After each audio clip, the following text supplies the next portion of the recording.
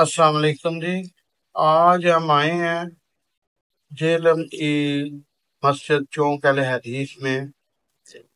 یہاں پہ جناب مدیر جامعہ علوم عصریہ جہلم کے حافظ احمد حقیق ان سے فلسطین کے بارے میں بات کریں گے۔ یس الحمدللہ رب العالمین والصلاۃ والسلام علی الانبیاء والمرسلین۔ آج کے اس دور میں دیکھا جائے تو تاریخ جو ہے گواہ ہے کہ کتنا بڑا ظلم، بلکہ بربریت اور ظلم کے انتہا فلسطین میں بچوں پر، عورتوں پر، بوڑھوں پر کو اس طرح بے دردی سے شہید کیا جا رہا ہے کہ امان والحفیظ مسلم حکمران جو ہے کب تک غفلت کی نیند سوئے رہیں گے؟ اللہ کو کیا جواب دیں گے؟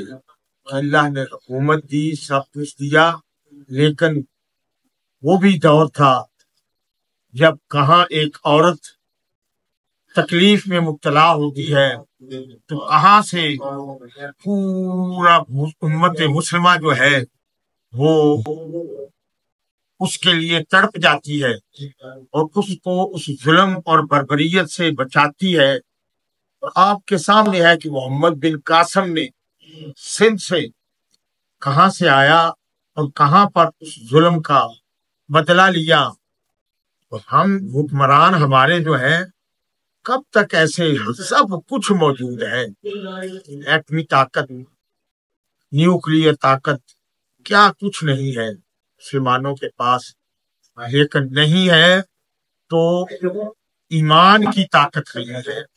اللہ ہمیں ایمان کی طاقت دے اور ہمارے حکمرانوں کو توفیق دے کہ وہ سٹینڈ لیں اور غزہ اور رفح کے مسلمانوں پر ان کی امداد کریں، اور امداد ہی نہیں بلکہ ان کو اس ظلم و ستم سے بچائیں۔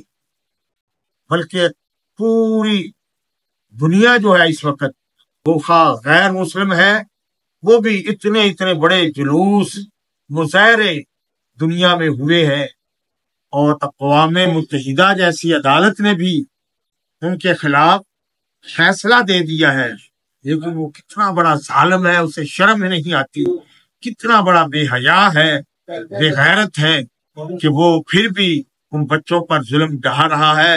اللہ تو ان کی غیبی نصرت اور مدد فرما، اے مولا کریم، جو ان کی مدد کر رہے ہیں ان کی مدد فرما، اے مولا کریم، اسرائیل کو تباہ و برباد کر دے، ذلیل و رسوا کر دے، اور مسلمان حکمرانوں کو متحد اور متفق ہو کر ان کا مقابلہ کرنے کی توفیق نصیب فرما۔ وما علینا الا البلاغ۔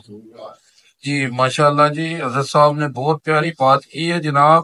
میں یہاں کہوں گا جی کہ اے اللہ مسلمانوں میں آج پھر وہی جذبہ پیدا کر، سلطان ایوبی جیسا کوئی سلطان پیدا کر۔ یو جی نیوز، جاوا جی چینل۔